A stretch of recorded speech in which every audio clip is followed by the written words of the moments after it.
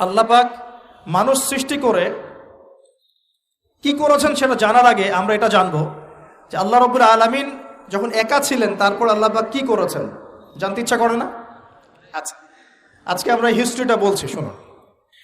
আল্লাহ পাক একা ছিলেন, তারপর আল্লাহ সৃষ্টি করেছেন আরশে আজিম। আল্লাহ পাক সৃষ্টি করেছেন কি? আরশে আজিম। আরশ কি জিনিস? যেই আরশের ছায়ায় আল্লাহ পাক কিয়ামতের মাঠে 7 শ্রেণীর মানুষকে ছায়া দিবেন, যেদিন এই ছায়া ছাড়া অন্য কোনো ছায়া থাকবে না। আরশটাকে একটু বুঝি। একটা হাদিসের মধ্যে নবী সাল্লাল্লাহু আলাইহি ওয়াসাল্লাম বলেছেন, নবীর নাম শুনলেই দরুদ পড়বেন, বলবেন সাল্লাল্লাহু আলাইহি ওয়াসাল্লাম। নবীজি বলছেন, দেখো এই পৃথিবী থেকে প্রথম মহাবিশ্বের দূরত্ব হচ্ছে 500 বছরের পথ। কত বছর? 500 বছর।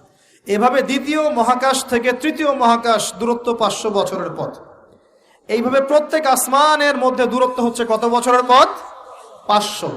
সপ্তম আসমানের উপরে আছে সিদরাতুল মুনতাহা। কি আছে? এটা একটা কুল গাছ, বড়ই গাছ। নাসা আবিষ্কার করতে পেরেছে, অতএব বিশ্ববাসী বিশ্বাস করবে না। নাসা যদি কালকে বলে হ্যাঁ পাওয়া গেছে সিদরাতুল মুনতাহা, তাহলে বিশ্ববাসী বিশ্বাস করবে। একটা শিরকি দর্শন চলছে, কুফরি দর্শন। ও যখন বলবে হ্যাঁ, তখন সবাই বলে হ্যাঁ, যখন তারা বলে না, সবাই বলে না। আল্লাহ পাকের ওহীর জ্ঞানের কোনো মূল্য নাই সবার কাছে, ইল্লা মাশাআল্লাহ।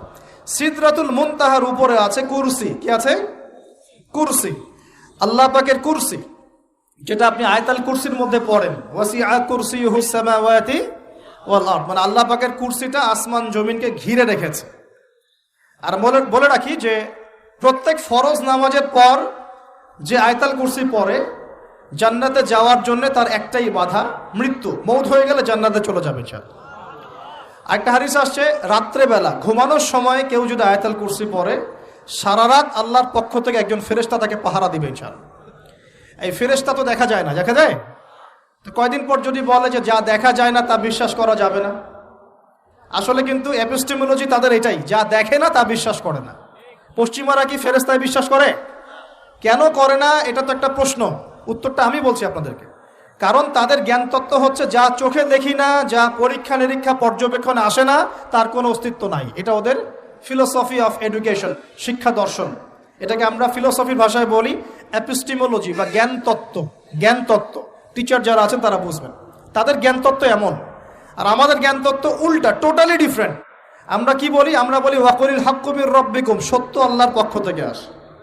আমরা বলি যে অদৃশ্যে বিশ্বাস না করা পর্যন্ত কেউ মুমিনই হতে পারবে না। ইমানের কয় পিলার? ইমানের কয় পিলার? 6 পিলার। আমানতু বিল্লাহি, আল্লাহর প্রতি বিশ্বাস করলাম, ওয়া মালাইকাতিহি, তার ফেরেশতাগণের প্রতি, ওয়া কুতুবিহি, আল্লাহ পাকের আসমানি কিতাব সমূহের প্রতি, ওয়া রুসুলিহি, আল্লাহ পাকের রাসূলগণের প্রতি, ওয়াল ইয়াউমিল আখির, পরকালের প্রতি, ওয়াল কদরি খায়রিহি ওয়া শাররি, তাকদীর বা ভাগ্যের ভালো মন্দের প্রতি। এই 6টার একটাও কি চোখে দেখা যায়? আল্লাহকে দেখেছেন? ফেরেশতা দেখেছেন? আমাদের নবীকেও কি দেখেছেন? শুধু কোরআনটা আপনি চোখের সামনে দেখছেন, আর কিচ্ছু আপনি দেখছেন না। পরকাল দেখেছেন? তাকদীর ভাগ্য দেখেছেন? কিচ্ছু দেখি নাই। এই 6টা পিলারে বিশ্বাস না করতে পারলে কেউ মুমিন হতে পারবে না। পারবে?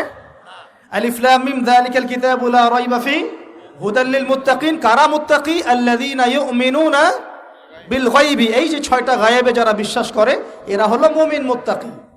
তাহলে আমাদের জ্ঞানের ভিত্তিটা কি? আমরা অদৃশ্যে বিশ্বাস করি। আর ওদের জ্ঞানের ভিত্তি হচ্ছে ওরা চাক্ষুষ যা দেখে তাতে বিশ্বাস করে। এই জায়গাতেই তো পার্থক্য জ্ঞানতাত্ত্বিক। এই কারণেই ওরা ফেরেশতায় বিশ্বাস করে না, আল্লাহ বিশ্বাস করে না, নবী রাসূলগণে বিশ্বাস করে না। তারা বলছে আল্লাহর সন্তান আছে, নাউযুবিল্লাহ। হ্যাঁ, তারা আসমানি কিতাবে বিশ্বাস করছে না, তার ধর্মের কনসেপ্টে বিশ্বাস করছে না। তারা পরকাল, পুনরুত্থান, হাসর, কিয়ামত, মিজান, পুলসিরাত কিছুই বিশ্বাস করে না। বিশ্বাসগত পার্থক্য এখানে। এখন মুমিন মুসলিম হিসাবে আমরা বিশ্বাস করি আল্লাহ পাকের ফেরেশতা আছে না নাই? আছে। এখন এই ফেরেশতারা 8 জন ফেরেশতা, বড় বড় 8 জন ফেরেশতা, তারা আল্লাহ পাকের আরশটাকে ধরে রেখেছে। কয়জন ফেরেশতা? 8 জন। এই 8 জন ফেরেশতা আল্লাহর আরশকে টেনে নিয়ে আসবে কিয়ামতের মাঠে। বলেন সুবহানাল্লাহ। আল্লাহ পাকের এমনও ফেরেশতা আছেন যারা একটা ফুৎকার দিবে, জাস্ট একটা ফু, এক ফুৎকারে পুরো মহাবিশ্ব ধ্বংস হয়ে যাবে। এত শক্তিশালী ফেরেশতা আছে আল্লাহ পাকে। আমরা যখন মায়ের গর্ভে ছিলাম, এরকম একজন ফেরেশতাই আল্লাহর পক্ষ থেকে রূহ নিয়ে এসে মায়ের গর্ভে ফুঁকে দিয়েছে এবং আল্লাহর হুকুমে 4টা বিষয় লিখে দিয়েছে। আমরা প্রত্যেকে যখন মায়ের গর্ভে ছিলাম, বয়স ছিল 4 মাস 10 দিন। আমরা তো সব ভুলে গেছি এখন, এগুলো মাত্র 4 মাস 10 দিন। এখন শরীরে শক্তি আছে তো, এই জন্য শৈশব বাল্যকাল সব ভুলে গেছি। আবার একদিন শরীরে শক্তি থাকবে না, তখন আবার আল্লাহ আল্লাহ করা শুরু করবে। 2 দিন ডায়রিয়া হলেই আল্লাহ আল্লাহ শুরু হয়ে যায়। যখন মানুষ সুস্থ থাকে আল্লাহর বিরুদ্ধাচারণ করে, আল্লাহ বলতে কেউ নাই। ঠিক আছে? তো ওই ফেরেশতা লিখে দিয়েছেন 4টা জিনিস আল্লাহর পক্ষ থেকে। 1, সেই ব্যক্তির হায়াত কতটুকু হবে। 2, দুনিয়াতে রিজিক পাবে, কি কি রিজিক পাবে। 3 নাম্বার, তার কাজগুলো কি কি হবে, দুনিয়ায় কি কি কাজ করবে সে। আর 4 নাম্বার, তার সৌভাগ্য, সে সৌভাগ্যবান হবে না দুর্ভাগ্যবান হবে, মানে জান্নাতি হবে না জাহান্নামী হবে। এটা লিখে দেওয়া হয়ে গেছে। এখন এরকম 8 জন বড় বড় ফেরেশতা আল্লাহর আরশটাকে ধরে রেখেছেন। আর আমরা বলছি কুরসির কথা। এই কুরসি আসমান জমিনকে ঘিরে আছে। আর আয়াতুল কুরসি যে ব্যক্তি তেলাওয়াত করবে, ইনশাআল্লাহ তাআলা আল্লাহর পক্ষ থেকে একজন ফেরেশতা তাকে সারা রাত পাহারা দিবে ইনশাআল্লাহ। একে অপরকে আল্লাহর জন্য মহব্বত করে। বয়ফ্রেন্ড গার্লফ্রেন্ড ট্রেডিশন বলা হচ্ছে না। বয়ফ্রেন্ড গার্লফ্রেন্ডের হারাম জেনার ভালোবাসা বলা হচ্ছে না। কি বলা হচ্ছে? দিনের জন্যে, আল্লাহর জন্যে দুজন পরস্পরকে ভালোবাসে, আল্লাহর জন্যেই বিচ্ছেদ ঘটে। 5 নাম্বার, সেই ব্যক্তি যাকে, যুবক ভাই শোনেন ভালো করে, সেই ব্যক্তি যাকে কোনো সুন্দরী নারী জেনার জন্য ডাকে। সুন্দরী উচ্চ বংশের কোনো মেয়ে নিজেই জেনা করার জন্য ডাকে, কিন্তু যুবক বলে আমি আল্লাহকে ভয় করি, ইন্নী আখাফুল্লাহ, আমি আল্লাহকে ভয় করি। এরকম যুবক আছে এখনো বাকি সমাজে? এখন তো ইচ্ছা করেই মানুষ জেনা করে। এখন তো জেনা এত সহজ, মানুষ 1000, 1500, 2000 টাকা দিয়ে জেনা করতে পারে। এই সমাজে জেনা সহজ, বিয়ে হয়েছে কঠিন। এই সমাজে জেনাটা সহজ হয়ে গেছে, বিয়েটা কঠিন হয়ে গেছে। এই জন্য বিয়ের ঝামেলা অনেকে যেতে চায় না। জেনা করেই তো আমি যা উদ্ধার করার করছি।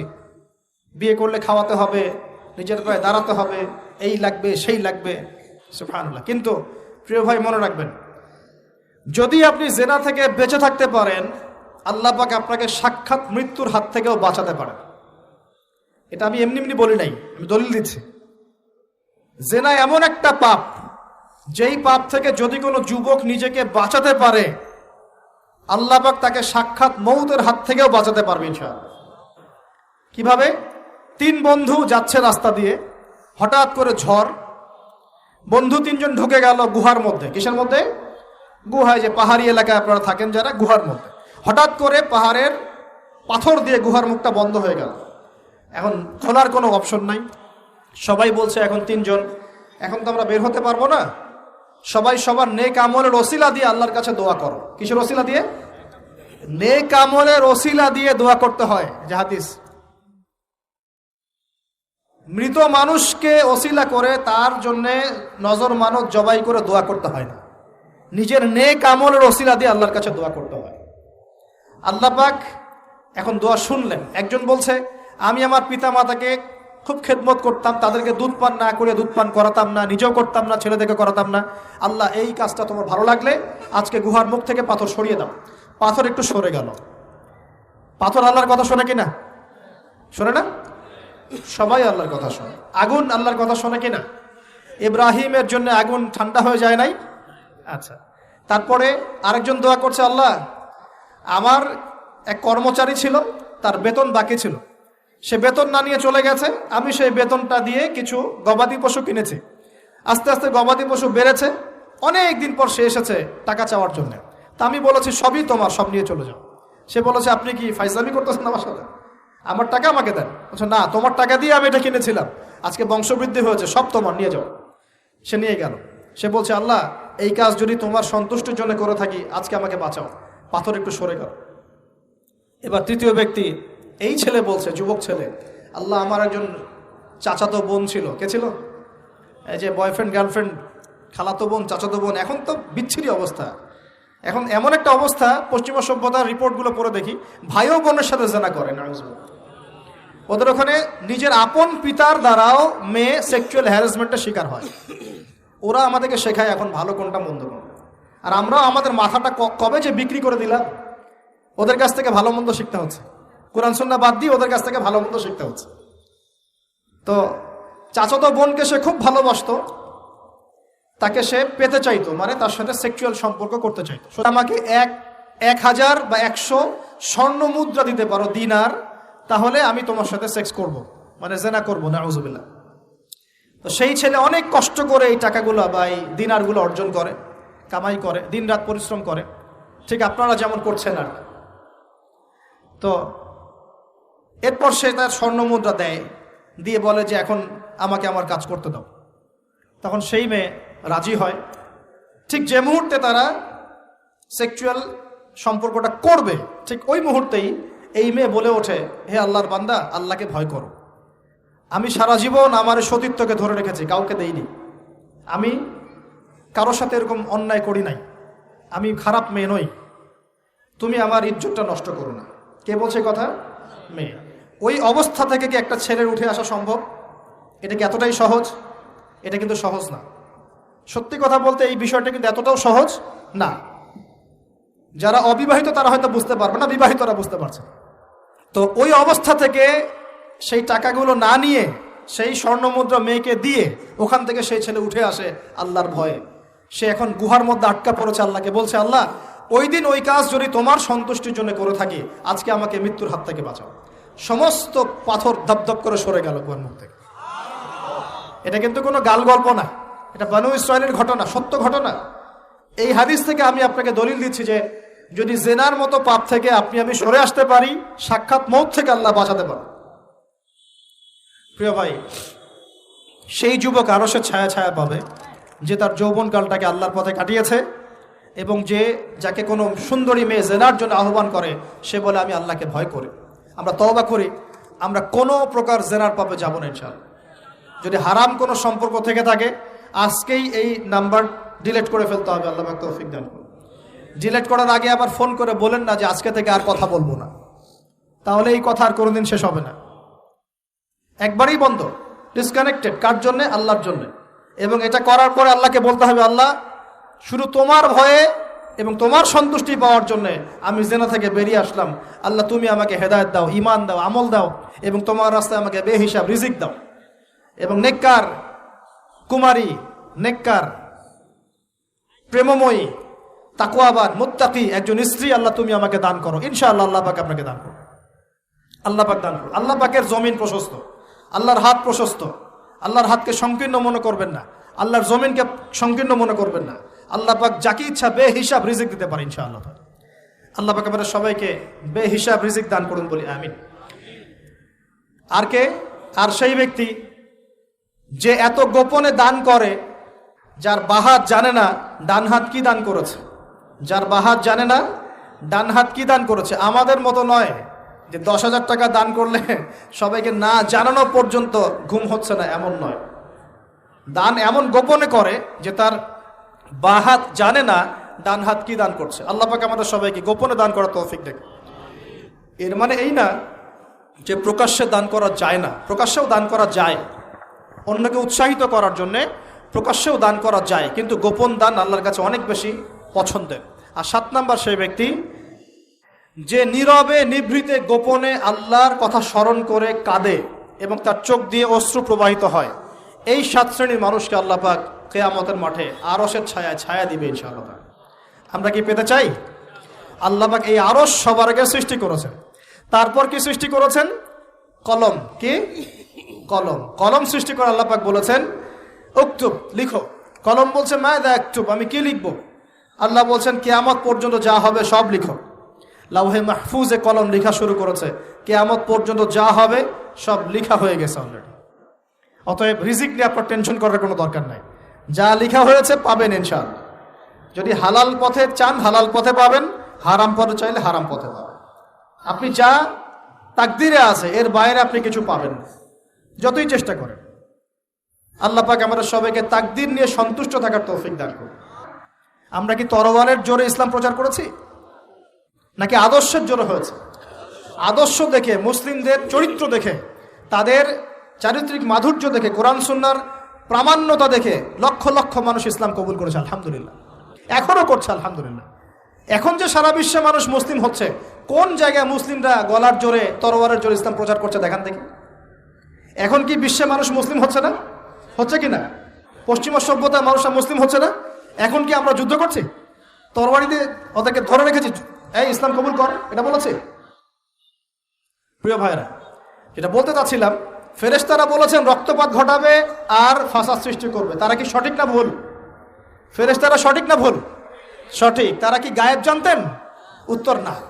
তারা কিসের আলোকে বলেছেন? ওই যে বাসিরা, দূরদর্শিতা। জিন জাতি যা করেছে এরা তো তাই করতে পারে। আল্লাহ পাক কি বলছেন? আল্লাহ পাক বলছেন ইন্নী আ'লামু মা লা তা'লামুন, আমি যা জানি তোমরা তা জানো না। মানে আমার অনেক শুকরগুজার বান্দা থাকবে যারা আমার আনুগত্য করবে, আমার বিরুদ্ধাচরণ করবে না। আমরা ওই বান্দাদের অন্তর্ভুক্ত হতে চাই, আল্লাহ পাক কবুল করুন বলি। এটা বলে রাখি যে জান্নাতের 120টা কাতার হবে। কয় কাতার? 120 কাতার। এর মধ্যে 80টা কাতার হবে উম্মতে মুহাম্মাদের মধ্য থেকে। আলহামদুলিল্লাহ। এবার আল্লাহ পাক আদম আলাইহিস সালামকে সৃষ্টি করলেন নিজ হাতে। সূরা সাদের মধ্যে আল্লাহ পাক বলেছেন খালাকতু বিয়াদাই, আমি নিজ হাতে ওকে সৃষ্টি করেছি।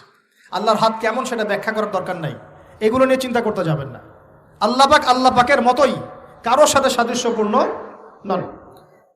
আল্লাহ পাক এবার আদম আলাইহিস সালামকে সৃষ্টি করে নাম শিক্ষা দিলেন। ওয়াল্লামা আদামাল আসমাআ কুল্লাহা, এই মহাবিশ্বের যত জ্ঞান আল্লাহ পাক আদম আলাইহিস সালামকে শিক্ষা দিলেন। বলেন সুবহানাল্লাহ। এখান থেকে দলিল পেলাম আমাদের পিতা বানর থেকে হয় নাই, আমাদের পিতাকে আল্লাহ পাক সৃষ্টি করেছে। আমাদের পিতাকে কে সৃষ্টি করেছেন? আল্লাহ রাব্বুল আলামিন। তাও আবার নিজ হাতে, মানে কি? ভালোবাসা দিয়ে, ভালোবেসে, মহব্বতের সাথে। এই খলাকতু বিয়াদাই, আমি নিজ হাতে সৃষ্টি করেছি, এই কথা মানুষ ছাড়া, আদম আলাইহিস সালাম ছাড়া অন্য কারো জন্য আল্লাহ পাক বলেন নাই। অন্য সবার জন্য আল্লাহ পাক বলেছেন ইযা আরাদা শাইআন আইয়াকুল লাহু কুন ফায়াকুন। যখন আল্লাহ পাক কিছু করতে চান খালি বলেন কুন, হও, ফায়াকুন, হয়ে যায়। ওখানে আল্লাহ পাক বলেন নাই সাগর সৃষ্টি করেছে হাত দিয়ে, এই গ্রহ নক্ষত্র সৃষ্টি করেছে আমার হাত দিয়ে। আল্লাহ পাক এমনটা বলেন নাই। আদম আলাইহিস সালামকে আল্লাহ পাক কত মহব্বত করেন, আল্লাহ পাক বলছেন যে আমি তাকে আমার নিজ হাতে সৃষ্টি করেছি। আর আজকে তোমরা শেখাচ্ছ মানুষকে, আস্তাগফিরুল্লাহ, যে মানুষ বানর থেকে হয়ে যায়। কত বড় কুফরি, কত বড় শিরক, কত বড় লজ্জা। নিজের সম্মান মানুষ নিজেভাবে নষ্ট করতে পারে, নিজের সম্মান নিজে নষ্ট করতে পারে। আমাদেরকে আল্লাহ সৃষ্টি করেছেন আদম আলাইহিস সালাম থেকে। তারপরে যান, শুধু সৃষ্টি করেন নাই, আল্লাহ পাক সমস্ত নাম শিক্ষা দিয়েছেন। নাম মানে এখানে শুধু নাম, মঙ্গল, নেপচুন, প্লুটো এগুলো না। নাম মানে হচ্ছে জ্ঞান। নাম মানে কি? জ্ঞান। একটা এক্সাম্পল দেই। যখন আপনি বাচ্চাকে বলেন যে A for Apple, A for কি? অ্যাপল যে শিখাচ্ছেন, অ্যাপল বলতে কিন্তু সে শুধুমাত্র একটা ওয়ার্ড শিখে না, ও কিন্তু শিখে অ্যাপল মানে একটা এমন কিছু যেটা খেতে হয়। কি করতে হয়?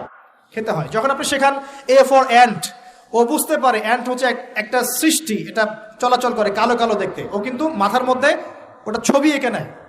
তো এটা নাম মানে শুধু নাম না, জ্ঞান। আল্লাহ পাক আদম আলাইহিস সালামকে সমস্ত জ্ঞান শিক্ষা দিলেন। আল্লামাল ইনসান মা লাম ইয়ালাম, আল্লাহ বলছেন আমি মানুষকে সেই জ্ঞান শিক্ষা দিয়েছি যা মানুষ জানতো না। মানে আমরা সৃষ্টিগতভাবে জ্ঞানী ছিলাম না, আল্লাহ পাক জ্ঞান শিক্ষা দিয়েছেন। কোন জ্ঞান শিক্ষা দিয়েছেন? যে জ্ঞান ফেরেশতাদেরও ছিল না। বলেন সুবহানাল্লাহ। আল্লাহ পাক জ্ঞান শিক্ষা দিয়ে ফেরেশতাদের সামনে নিয়ে গিয়ে বলছেন তোমরা এই নামগুলো বলো দেখি। ফেরেশতারা বলছেন লা ইলমা লানা ইল্লা মা আল্লামতানা, আল্লাহ আমাদের তো সেই জ্ঞান নাই, যা আপনি শিখিয়েছেন অতটুকুই জানি, এর বেশি জানি না। এবার আল্লাহ পাক বলছেন ইয়া আদম আম্বিহুম বিআসমাইহিম, আদম তুমি সব নাম বলে দাও দেখি। আদম আলাইহিস সালাম সমস্ত নাম ধর করে সব বলে দিলেন। আমাদের পিতা জ্ঞানী ছিলেন না? ছিলেন না? আল্লাহ পাক নিজে তাকে জ্ঞান শিক্ষা দিয়েছে। আর আমরা বলছি মানুষ আস্তাগফিরুল্লাহ অন্য প্রাণী থেকে আসছে। সুবহানাল্লাহ, কত অদূরদর্শী মানুষেরা, কত সুদূর প্রসারী একটা কুফরি মতবাদ। এবার আল্লাহ পাক আদম আলাইহিস সালামকে বলছেন তুমি নাম বলে দাও, তিনি সব নাম বলে দিলেন। এবার গিয়ে আল্লাহ পাক ফেরেশতাদেরকে বলছেন এবার তোমরা একটা কাজ করো। ইয কুলনা লিল মালাইকাতি ইসজুদু লিআদম, তখন আল্লাহ পাক বলছেন যে আমি ফেরেশতাদেরকে বললাম তোমরা সবাই এখন আদমকে সিজদা করো। বলেন সুবহানাল্লাহ। কত সম্মান আমাদের পিতার। মহাবিশ্বে ফেরেশতাদের সামনে আল্লাহ পাক তাকে সিজদা করালেন ফেরেশতাদেরকে দিয়ে। ফাসাজাদু, সবাই সিজদা করলো, ইল্লা ইবলিস। কে সিজদা করলো না? ইবলিস। এখানে একটা বিষয় মনে রাখেন, আমাদের পিতাকে কিসের কারণে সম্মানিত করা হয়েছে? শারীরিক গঠন, চেহারার সৌন্দর্য, টাকা পয়সা, রিজিক, কোনটার কারণে? এইটাই মনে রাখবেন। মুসলিম উম্মাহ যদি আজকে সারা বিশ্বের নেতৃত্ব দিতে চায়, সবাইকে জ্ঞানী হতে হবে, জ্ঞানের বিপ্লব ঘটাতে হবে। বলেন সুবহানাল্লাহ, বলেন আমিন। এই জ্ঞানের বিপ্লব ঘটাতে পারলে ইনশাআল্লাহ মুসলিম উম্মাহ আবার সেই জায়গায় যাবে যেখান থেকে আমরা এসেছি। জ্ঞান ছাড়া আমরা কিচ্ছু করতে পারবো না। আর এই জ্ঞান মানে শুধু একমুখী শিক্ষা নয়, জেনারেল শিক্ষা, ইসলামিক শিক্ষা, এই দুইটাকে হারমোনিয়াসলি কম্বাইন্ড করতে হবে, করে এমন জ্ঞান অর্জন করতে হবে যেই জ্ঞান দিয়ে বিশ্বকে আমরা চ্যালেঞ্জ করতে পারি। এটাই এই বিশ্বের সবচেয়ে বড় চ্যালেঞ্জ এখন, মুসলিমদের সবচেয়ে বড় চ্যালেঞ্জ এখন এটাই, ইসলামিক শিক্ষা এবং জেনারেল শিক্ষাকে একত্রিত করে এমন প্রজন্ম তৈরি করা যে প্রজন্ম আগামী দিনে উম্মাকে নেতৃত্ব দেবে ইনশাআল্লাহ। এই একটা কাজ যদি কেউ করে যেতে পারে, আল্লাহ পাক তৌফিক দেখ, আমরা দোয়া করে আল্লাহ পাক এমন নেতা আমাদের উপরে নিয়ে আসুক যারা এরকম প্রজেক্ট লঞ্চ করতে পারে। বলেন আমিন। দোয়া করতে কোনো সমস্যা? অথবা যদি কেউ হাল না ধরে, আল্লাহ পাক যেন এমন কিছু মানুষ তৈরি করে দেন যারা এই জ্ঞানতাত্ত্বিক বিপ্লব নিয়ে কাজ করবে ইনশাআল্লাহ। এটা সবচেয়ে ইম্পর্টেন্ট কাজ এখন, না হলে আজকে থেকে 20-30 বছর পরে এই প্রজন্মকে আপনি আর খুঁজে পাবেন না।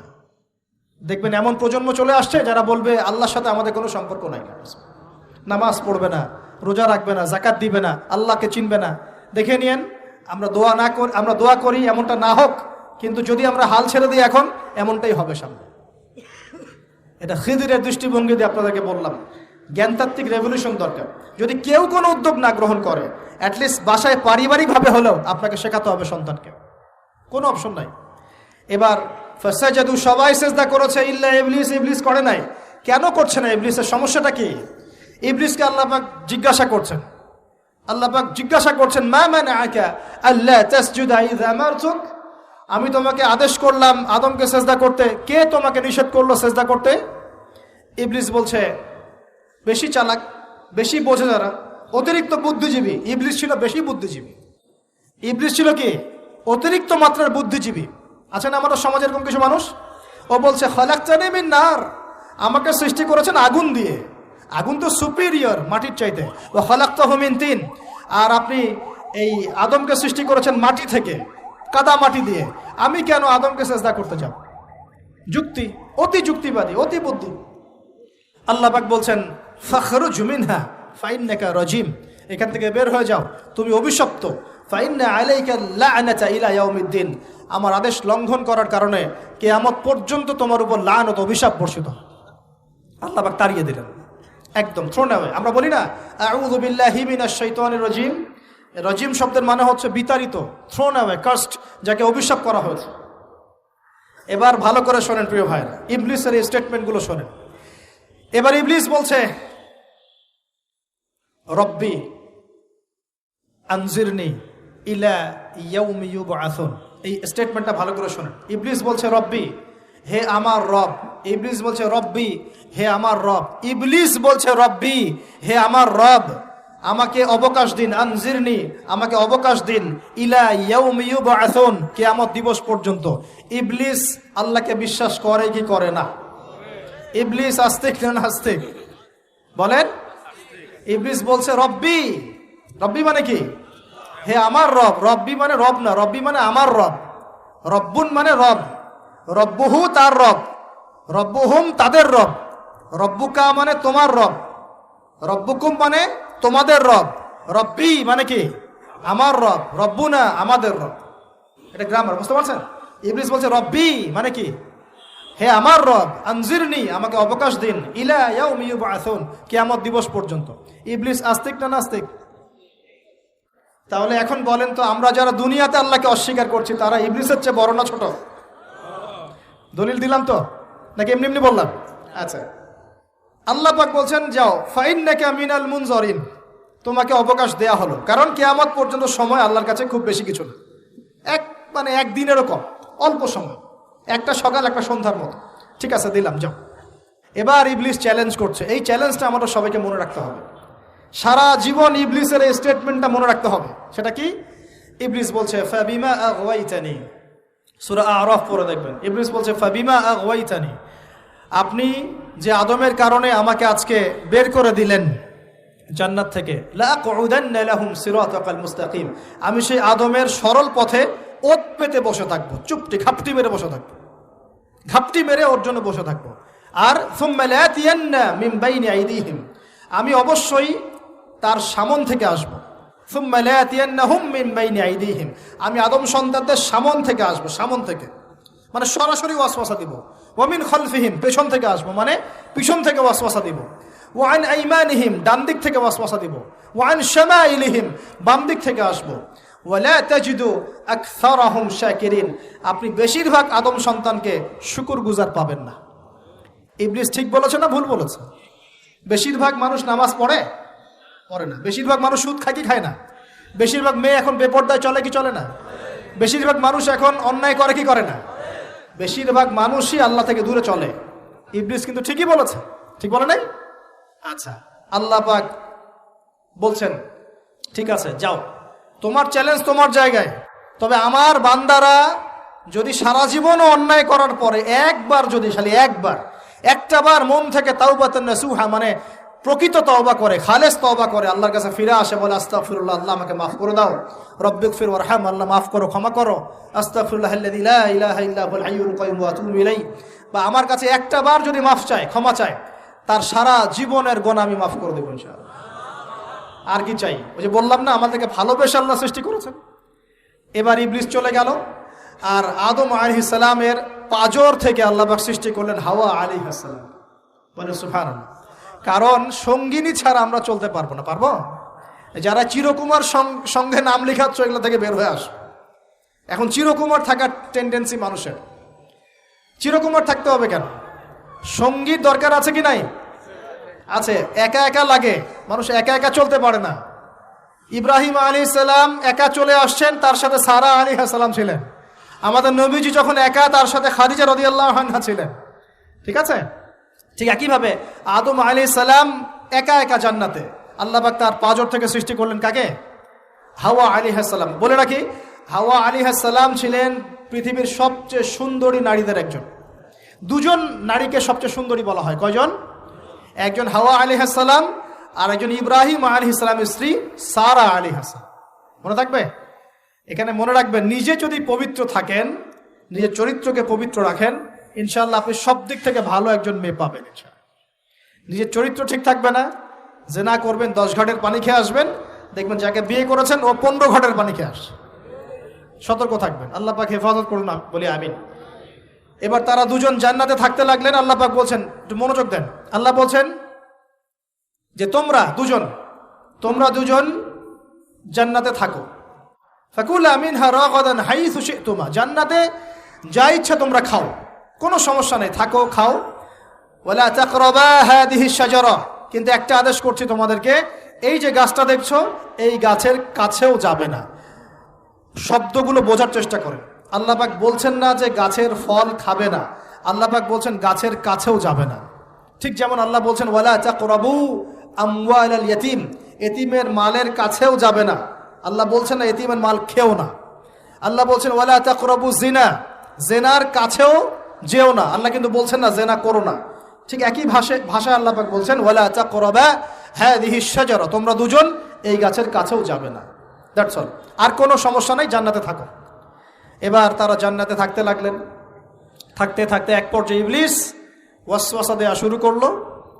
কি ওয়াসওয়াসা দিল যে আমাদের পিতা মাতা সেখানে চলে গেলেন? ভাবার বিষয় তো নাকি?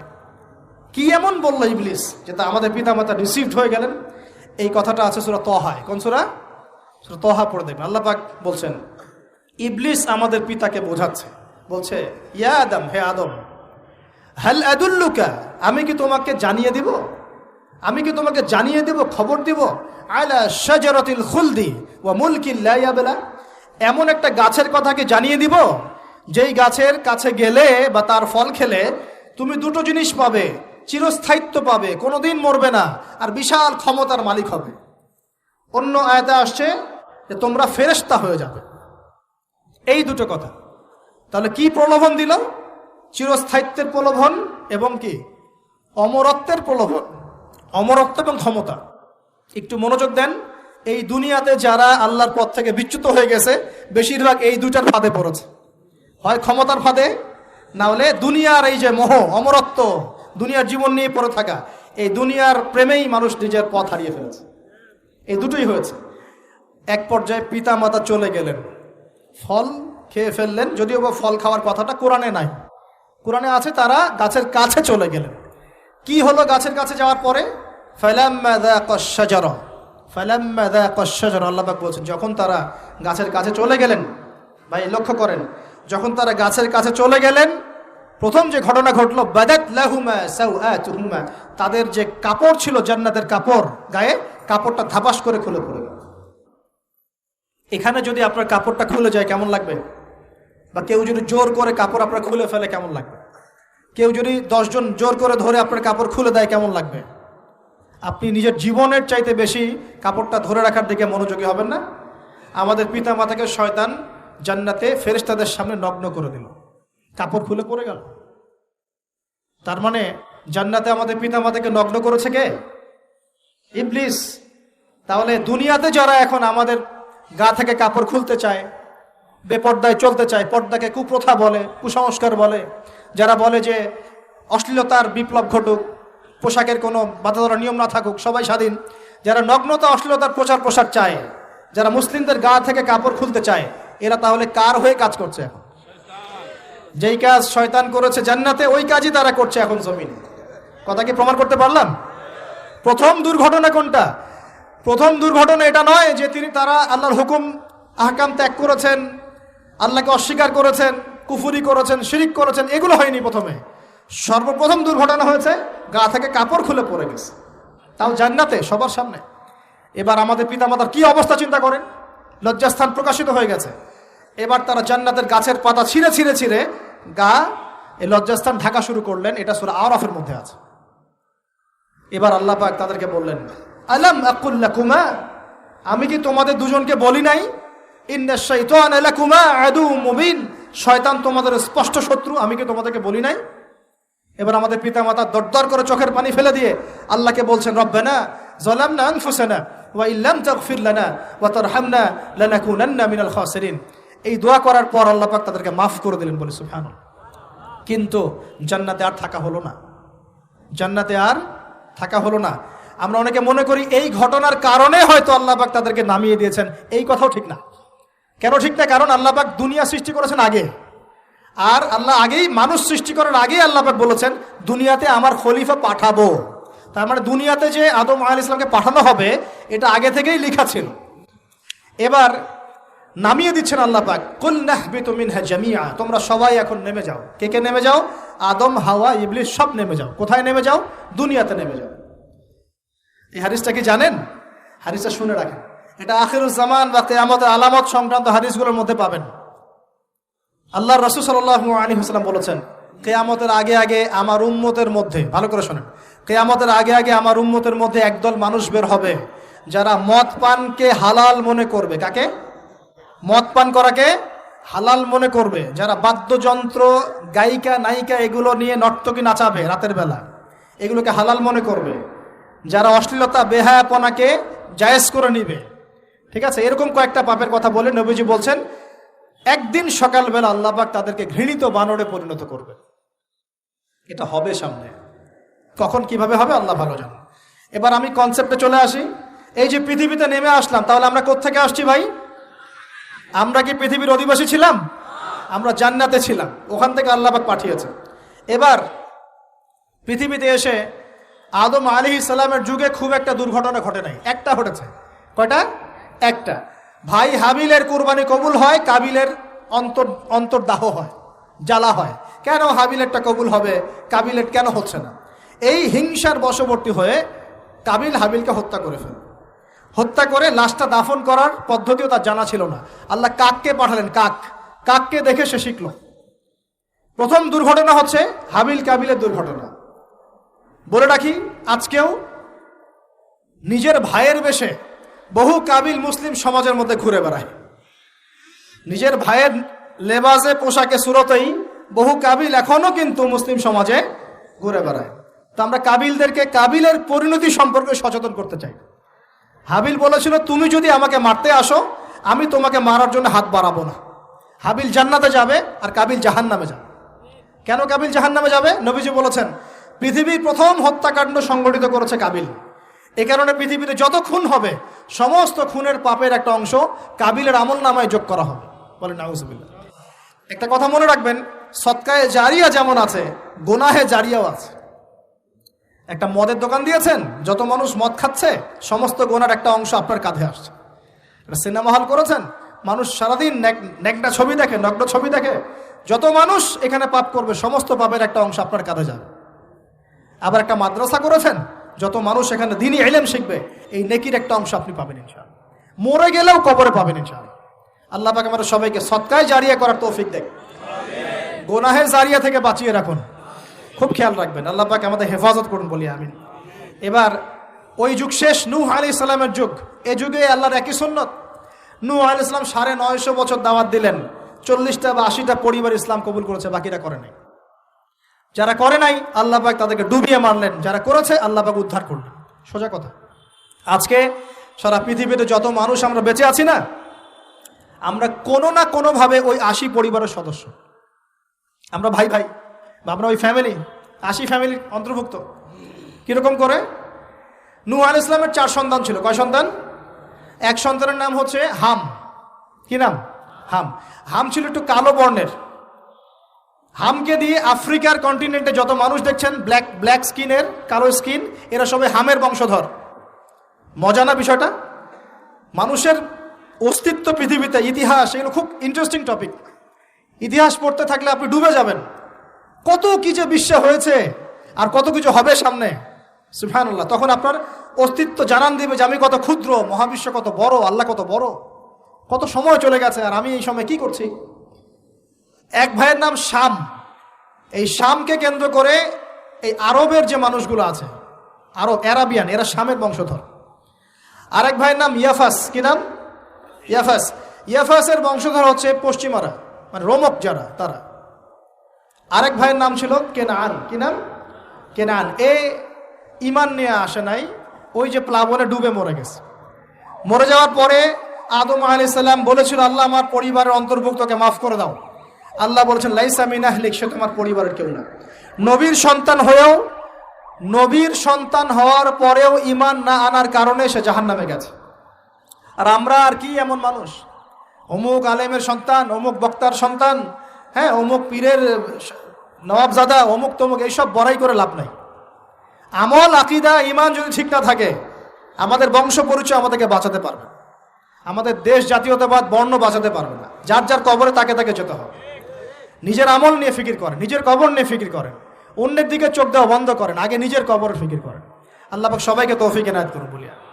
যারা বুদ্ধিমান তারা নিজেকে নিয়ে ব্যস্ত থাকে, যারা অহংকারী, উদ্ধত, এরা মানুষের পিছনে পড়ে থাকে।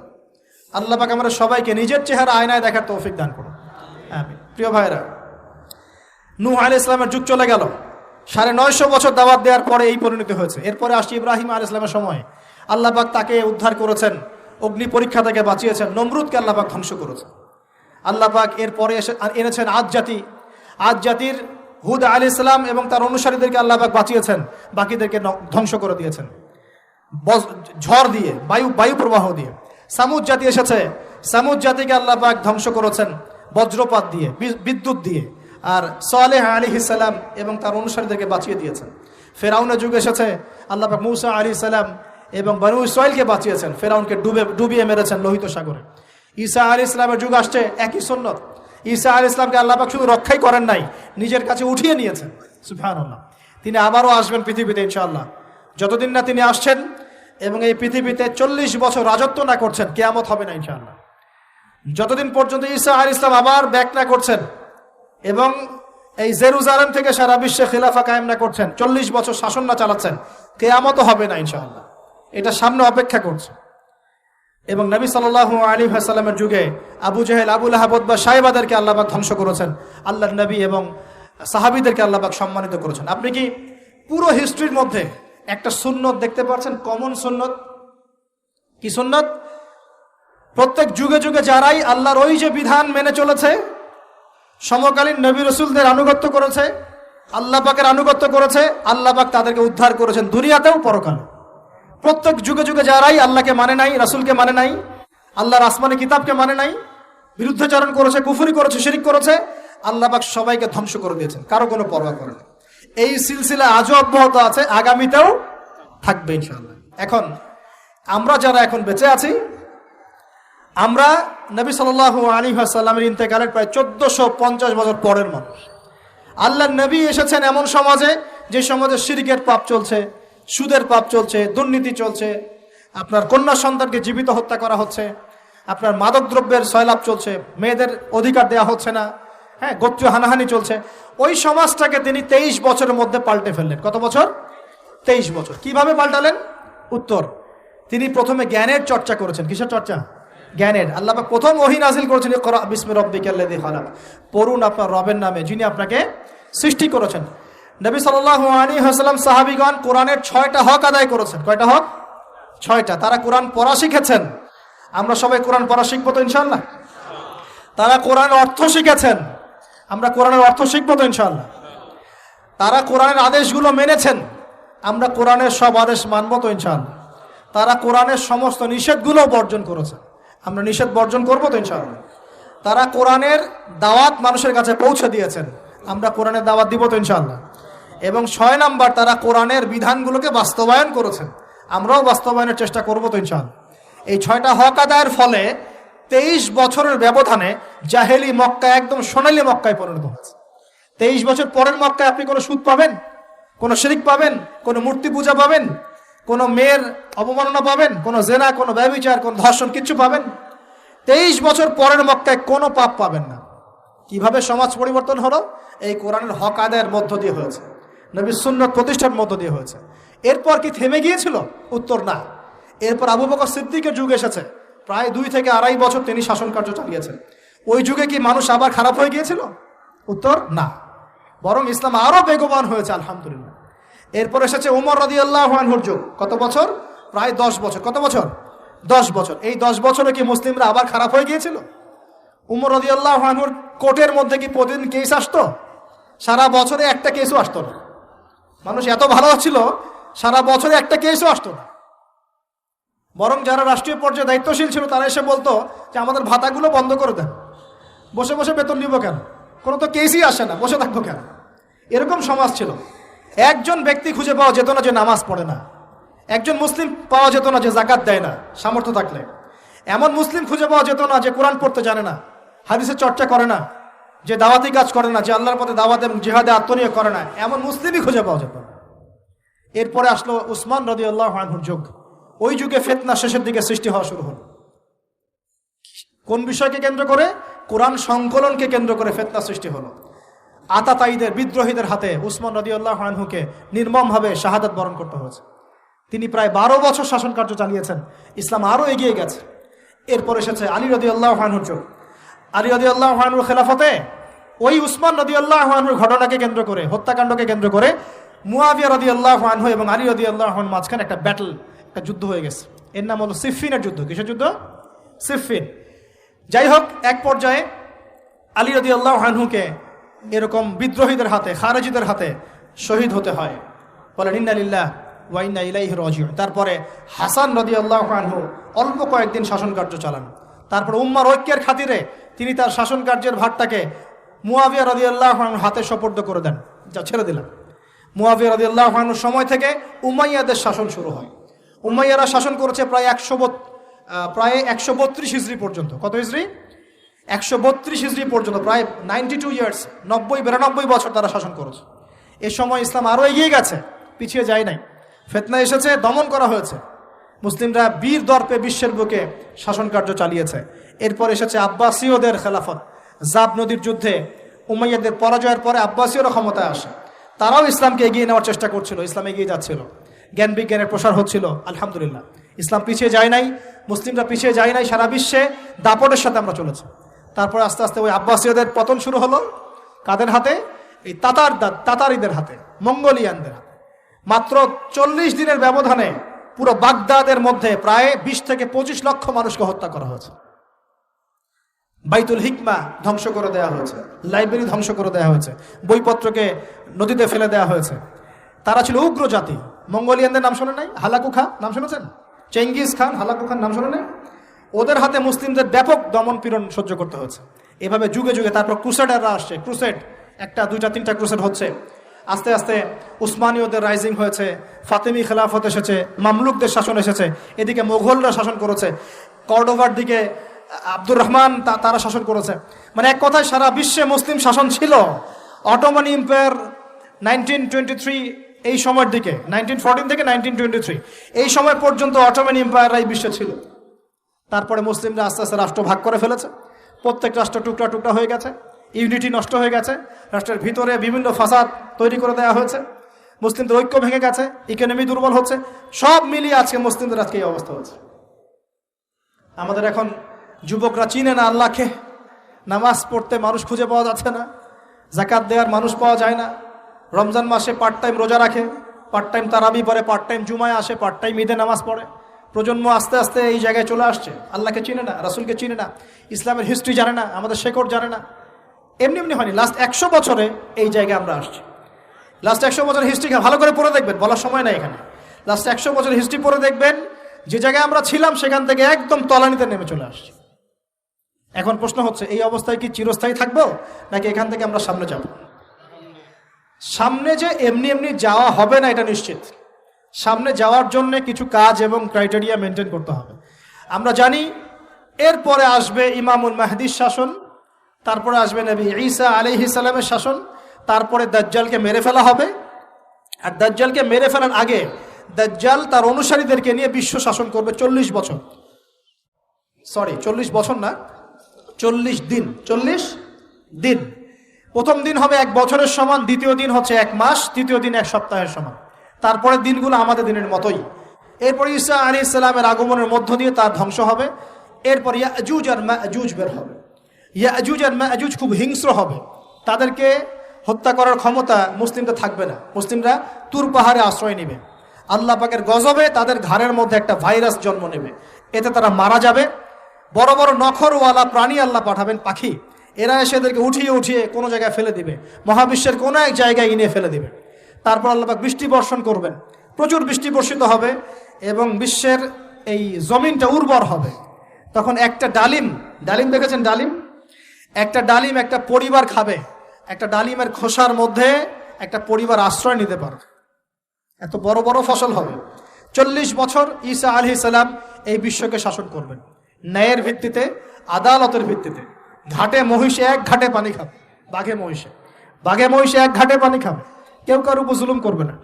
এরপর তার বিয়ে শাদী হবে, সন্তান হবে এবং তার ইন্তেকালও হবে স্বাভাবিকভাবে, এবং তাকে দাফন করা হবে নবী মুহাম্মদ সাল্লাল্লাহু আলাইহি ওয়াসাল্লামের কবরের পাশে, রওজার পাশে। এরপরে মানুষ আবার খারাপ হওয়া শুরু করবে, এতটা খারাপ হবে যে মানুষ রাস্তার মোড়ে মোড়ে জেনা ব্যভিচারে লিপ্ত হবে, কুকুর শেয়ালের মতো। এই অবস্থায় পশ্চিম দিক থেকে সূর্য উঠবে এবং ব্যবসায়ী ব্যবসা করতে বসেছে, কাপড় খুলেছে, এই কাপড় গুটিয়ে নেওয়ার আগে কিয়ামত হয়ে যাবে। একজন ব্যক্তি পানির বোতল খুলেছে, পানি মুখে দেওয়ার আগেই কিয়ামত হয়ে যাবে। একজন ব্যক্তি বাসা থেকে বের হয়েছে, বাসায় ফেরত যাওয়ার আগে কিয়ামত হয়ে যাবে। উঠকে পানি পান করানোর আগে কিয়ামত হয়ে যাবে। ওই সময় তওবার দরজা বন্ধ হয়ে যাবে। এই ইসরাফিল আলাইহিস সালাম সিংহায় ফুঁক দিয়ে দিবেন, মহাবিশ্ব ধ্বংস হয়ে যাবে। আল্লাহ পাক দ্বিতীয় ফুৎকারের মধ্য দিয়ে আবার সবাইকে উঠাবেন এবং এই দুনিয়ার জীবনে আমরা যে কাজগুলো করেছি এর হিসাব আমাদেরকে দিতে হবে। সেদিন যদি আমরা আল্লাহর কাছে প্রত্যেকটা কাজের হিসাব দিতে পারি, কোরআন সুন্নাহর উপর থাকতে পারি, আল্লাহর বিধিবিধান মেনে চলতে পারি, এই কারাগারের জীবনে আল্লাহর বিধান মেনে চলতে পারি, ইনশাআল্লাহ যেই জান্নাত থেকে আসছি আবার সেখানে ফিরে যাবো ইনশাআল্লাহ। আর যদি ওই দিন আমরা হিসাব দিতে ব্যর্থ হই, আল্লাহ না করুক, তাহলে ওই ইবলিসের সাথে, তার অনুসারীদের সাথে আমাদের সবাইকে জাহান্নামে থাকতে হবে বলে না। এভাবে হিস্ট্রি শুরু হয়েছে, হিস্ট্রি শেষ হবে। এই দুনিয়া চিরস্থায়ী হবে না, আর আমাদের অবস্থা এমন থাকবে না। এখন শেষ কথা হচ্ছে, এই অবস্থা থেকে উত্তরণের জন্য আমাদের কি করণীয় আছে? উত্তর, আমাদের প্রথম দরকার জ্ঞান চর্চা। কি দরকার ভাই? জ্ঞান চর্চা, প্রচুর জ্ঞান চর্চা প্রয়োজন। জ্ঞান নাই কিছুই করতে পারবো না। দ্বিতীয় কাজ হলো আমাদের সবার দরকার জানা অনুযায়ী আমল করা। জানা অনুযায়ী আমল করা, যে যত বেশি জানি আমল করার চেষ্টা করি, আল্লাহ পাক তৌফিক দান করুন। এরপর দরকার আদর্শ পরিবার গড়ে তোলা। পারিবারিক আদর্শ সুন্দর হলে পরে সমাজটা সুন্দর হবে ইনশাআল্লাহ। আল্লাহ পাক আমাদের সবাইকে আদর্শ পরিবার গড়ার তৌফিক দান করুন। দিনদার মেয়েকে বিয়ে করবেন, দিনদার ছেলেকে বিয়ে করবেন, অল্পে তুষ্ট থাকবেন, পরিবারের বিষয়ে সবর করবেন এবং সন্তান সন্ততিদেরকে মানুষ করে যাওয়ার চেষ্টা করবেন। এরপর দরকার আমাদের হালাল রিজিক। সবাই যদি হালাল রিজিকে সন্তুষ্ট থাকি, সমাজের মধ্য থেকে অন্যায় এমনি অটোমেটিক কমে যাবে ইনশাআল্লাহ। প্রত্যেকটা কাজ করার আগে চিন্তা করব কিভাবে করলে হালাল হবে, কিভাবে করলে হারাম হবে। এরপর দরকার নবী সাল্লাল্লাহু আলাইহি ওয়াসাল্লামের সুন্নাহ মাফিক জীবন গড়া। 24 ঘন্টার দিন রাতে যে কাজগুলো আছে এই কাজগুলোকে নবীর সুন্নত অনুযায়ী করার চেষ্টা করব। আল্লাহ পাক তৌফিক দান করুন বলি আমি। আরও দরকার আমর বিল মারুফের কাজ করা, মানে সৎ কাজে আদেশ করা। আমাদের সবাইকেই দাওয়াতি কাজ করতে হবে। একজন দুজন করবে বাকিরা করবে না এমন নয়, সবাইকেই পার্ট টাইম হলেও দাওয়াতি কাজ করতে হবে। নামাজ আপনি পড়ছেন, নামাজের দাওয়াত দেন। আপনি জাকাত দিচ্ছেন, জাকাতের দাওয়াত দেন। আপনি রমজান মাসে রোজা রাখছেন, অন্য ভাইকেও রোজা রাখতে উৎসাহিত করেন। আপনি সুদ খাচ্ছেন না, অন্য ভাইকেও নিষেধ করেন, ভাই আপনিও খায়েন না। আমি যা করি সেটা আপনি অবশ্যই প্রচার করবেন। আপনি যা করেন সেটা আপনি প্রচার করবেন, যা করেন না সেটা বলতে যাওয়ার দরকার নেই। তবে হ্যাঁ, আমলের কথা আপনি বলতেই পারেন। যদি আপনি তাহাজ্জুদ নিয়মিত পড়তে নাও পারেন, মানুষকে আপনি বলতে পারবেন তাহাজ্জুদে নামাজ পড়েন, তাহাজ্জুদ নামাজ পড়া ভালো। ইনশাআল্লাহ আস্তে আস্তে আপনি নিজেও আমল করার চেষ্টা করবেন। আল্লাহ পাক তৌফিক দান করুন। আমর বিল মারুফ, সৎ কাজে আদেশ করতে হবে। আরেকটা হচ্ছে অসৎ কাজে নিষেধ করতে হবে। সৎ কাজে শুধু আদেশ করলেই হয় না, অসৎ কাজেও কি করতে হয়? নিষেধ করতে হয়। মনে রাখবেন, শুধু সৎ কাজে আদেশ করলেই জীবনেও কোনোদিন আপনার উপর কোনো বালা মুসিবত, বিপদ আপদ, গালি তহমত আসবে না। যখন আপনি সৎ কাজে আদেশের সাথে সাথে অসৎ কাজেও নিষেধ করা শুরু করবেন, তখন চতুর্দিক থেকে আপনার উপরে বাধা আসা শুরু হবে। এটাই সুন্নত। তবে এটা নবীর সুন্নত। আল্লাহ পাক বলছেন, কুনতুম খায়রা উম্মাহ উখরিজাত লিন-নাস তা'মুরুনা বিল মা'রুফ ওয়া তানহাউনা আনিল মুনকার ওয়া তু'মিনুনা বিল্লাহ। আর আমাদের দায়িত্ব হচ্ছে পরবর্তী প্রজন্মকে মানুষ করে যাওয়া, নিজেদের জানমাল সময় শ্রম দিয়ে আল্লাহর জমিনে আল্লাহর দিনটাকে প্রচার করা, প্রসার করা, প্রতিষ্ঠার চেষ্টা করা, এবং চরমপন্থী না হওয়া, আবার গোলালু মার্কা শৈথিলতাবাদীও না হওয়া, মধ্যমপন্থী থাকা, নিজের দায়িত্ব পালন করা, অন্যকে দিনের দিকে ডাকা। আমাদের ঊর্ধ্বতন কর্তৃপক্ষ যারা থাকবে সবার সামনে ইসলামটাকে যুগোপযোগীভাবে সত্য মিথ্যাকে স্পষ্ট করে দিয়ে উপস্থাপন করা। তারা যদি কবুল করে আলহামদুলিল্লাহ, যদি নাও করে তাদের দায়িত্ব তাদের, আমাদের দায়িত্ব আমাদের। That's all. আল্লাহ রাব্বুল আলামিন আমাদের সবাইকে কোরআন সুন্নাহ মাফিক জীবন করার তৌফিক দান করুন বলি আমিন। আমাদের সবাইকে আল্লাহ পাক পুরো ওয়ার্ল্ড হিস্ট্রি পড়ার তৌফিক দান করুন। কোরআনের জ্ঞানী হওয়ার তৌফিক দেখ, এর অর্থ বোঝার তৌফিক দান করুন। নবীর সুন্নাহ মাফিক জীবন করার তৌফিক দান করুন। হালাল খাওয়ার তৌফিক দেখ, আদর্শ পরিবার গড়ার তৌফিক দান করুন। এবং দিন ইসলামকে বিজয়ী করার জন্য আমাদের জানমাল সময় শ্রম ব্যয় করে আল্লাহর পথে কাজ করার তৌফিক এনায়েত করুন। সকলেই বলে আমিন। أقول قولي هذا أستغفر الله لي ولكم ولسائر المسلمين. بارك الله لنا ولكم بالآية الحكيم إنه تعالى جواد كريم بر